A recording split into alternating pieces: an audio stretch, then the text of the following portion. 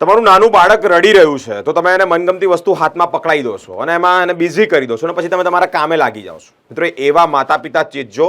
લાલબત્તી સમાન એક કિસ્સો સામે આવ્યો છે. બે બાળકો જેઓના ગળામાંથી એટલે કે અન્નનળીમાંથી મોટી વસ્તુઓની સર્જરી કરવામાં આવી છે. માતાએ જે શંકા દાખવી હતી તે શંકા સાચી ઠરી છે.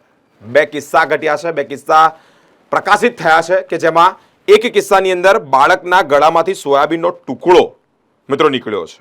સોયાબીનનો દાણો બહાર કાઢવામાં આવ્યો છે.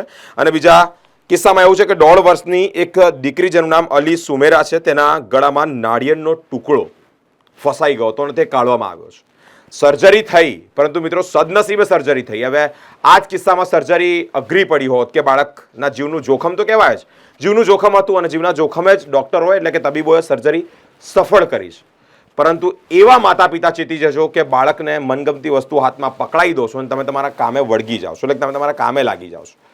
આ સર્જરી જે થઈ તે અમદાવાદની સિવિલ હોસ્પિટલમાં કરવામાં આવી છે. બંને બાળકોના જીવ બચાવી લેવામાં આવ્યા છે.